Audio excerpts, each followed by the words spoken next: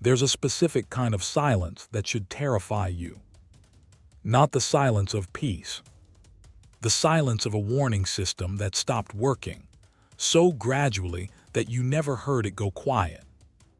Think back, not long ago, maybe 3 years, maybe 5, there were moments when certain headlines made your knees weak, not from fear, from weight.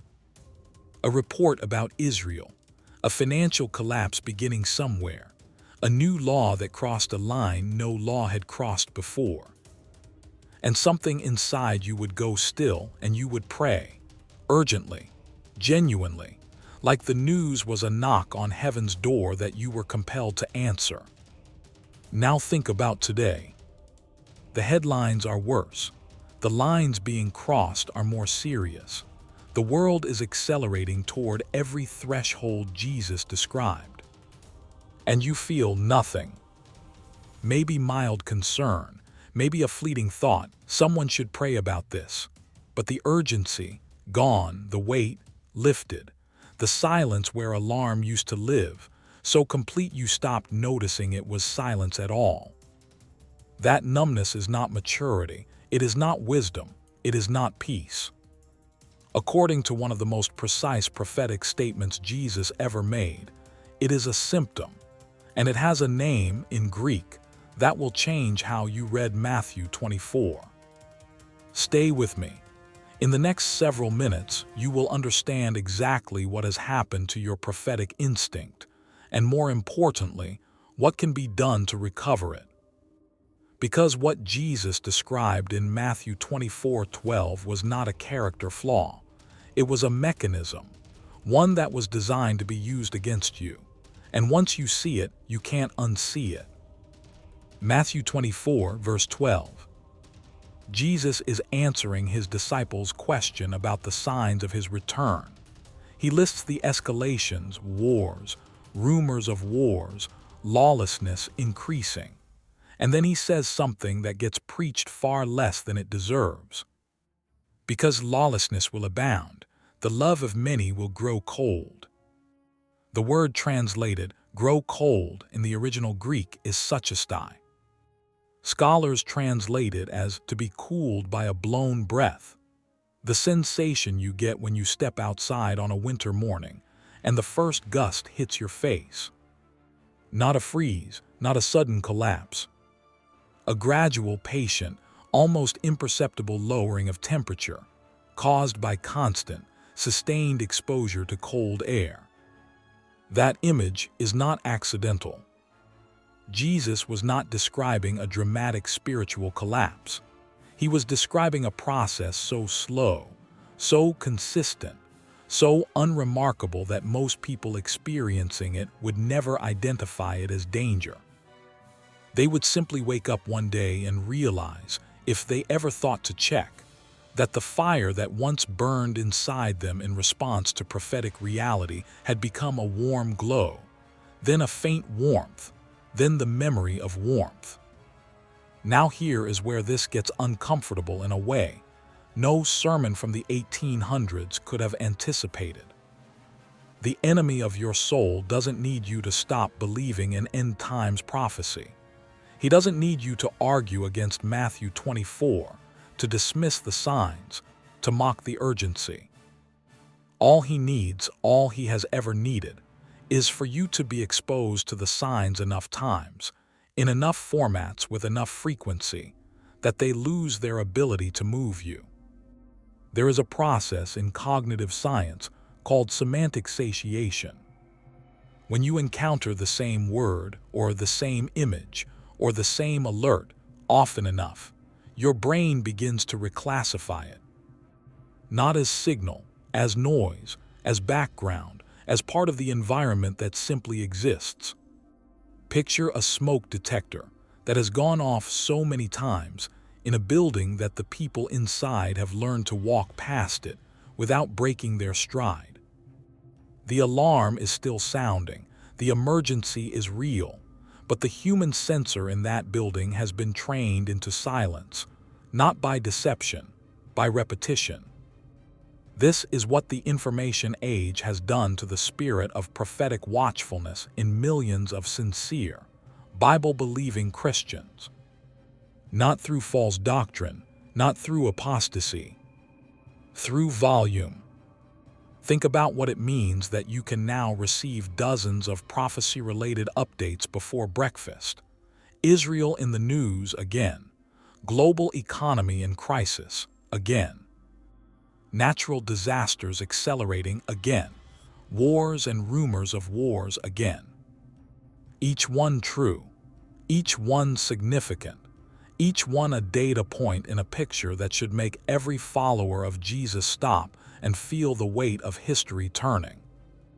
But when data arrives at the rate of a river, it doesn't accumulate. It flows past.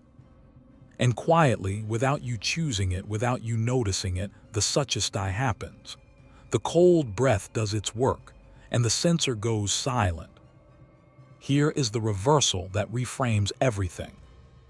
Your calmness in the face of prophetic signs is not automatically a sign of spiritual maturity. It may be a sign that the calibration of your spirit has been compromised. There is a counterfeit peace that looks exactly like genuine faith. Genuine faith says, I trust God's sovereignty even in the midst of these signs, and I remain watchful and prayerful because He asked me to. The counterfeit says, I've seen this before. This has been happening for years. I've learned that nothing actually changes. The difference between the two is not visible from the outside. It's only measurable in prayer, in whether you still intercede with urgency, in whether the reports from Israel still move you to your knees, in whether the phrase, the love of many will grow cold, still has the power to produce the fear that it might be describing you. Jesus did not say the love of His enemies would grow cold. He said the love of many, the Greek word meaning the majority, would grow cold. He was not describing pagans or apostates. He was describing people who had enough proximity to truth to be counted among those who love. And their love grew cold, not removed, not renounced, just cooled by the accumulated breath of a cold, information-saturated world. And here is what makes this danger so difficult to counter. You cannot fight information with theology alone. You can know every Greek word in Matthew 24. You can have a deep understanding of biblical eschatology. You can articulate the signs of the times with perfect precision and still be spiritually numb. Because the problem is not ignorance, it's exposure. And exposure is not solved by adding more content to a system that is already overloaded. It is solved by subtraction. The more prophetic content you consume without the corresponding silence to process it, the more your spirit learns to treat urgency as ambient, as something that surrounds you, rather than something that compels you. The watchman who has stood on the wall through too many false alarms begins to lower his gaze. Not because he decided to stop watching, because the body was designed to conserve attention, and a wall with nothing coming eventually teaches the watchman's eyes that looking is futile. The tragedy of prophetic watchfulness in this generation may not be that too few people were warned. It may be that too many warnings were given through too many channels, until the warning became the texture of ordinary life, and the watchers became sleepers without ever lying down. Here is the truth that very few teachers have the courage to say clearly. The urgency you feel about the times is not a product of how much prophetic content you consume. It is a product of how much silence you protect. The disciples of Jesus didn't have notifications. They had presence. They sat in quiet places. They prayed in the garden while He prayed. And when He returned and found them sleeping, not apostate, not rebellious, just asleep, He asked them one of the most piercing questions in all of Scripture. Could you not watch with me 1 hour? Not study, not analyze, not produce content about what I just told you. Watch with me, present, alert, connected not to a stream of information but to the living God who owns history. The recalibration of prophetic urgency is not a theological project, it is a spiritual discipline. And it requires what every modern believer is most reluctant to practice: a fast from noise, not a disconnection from truth, a disconnection from volume, long enough for the spirit to remember what it felt like before it learned to tune out the alarm, long enough for the smoke detector to be recharged, long enough for the cold breath to stop and for warmth to return. This is what biblical discernment looks like in its recovered form, not anxiety, not apocalyptic fear, not obsessive news watching for the next sign. It looks like a man or woman who has protected enough interior silence to feel the weight of history, to pray with genuine urgency, to carry the awareness that these days are not ordinary without being crushed by it. The fruit of the Spirit includes self-control, but in the Greek, that concept carries the meaning of a sober, clear-eyed, collected inner state, exactly opposite to the numbed-out drift that comes from an unfiltered stream of prophetic information. The watchman's first weapon is not knowledge, it is attentiveness, and attentiveness requires quiet. If there is a watchman's call for this generation, it may be this simple and this difficult: protect the silence that keeps the sensor working.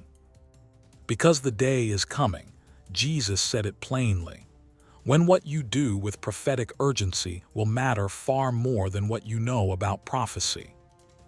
And those who endure to the end will not be the most informed. They will be the most awake.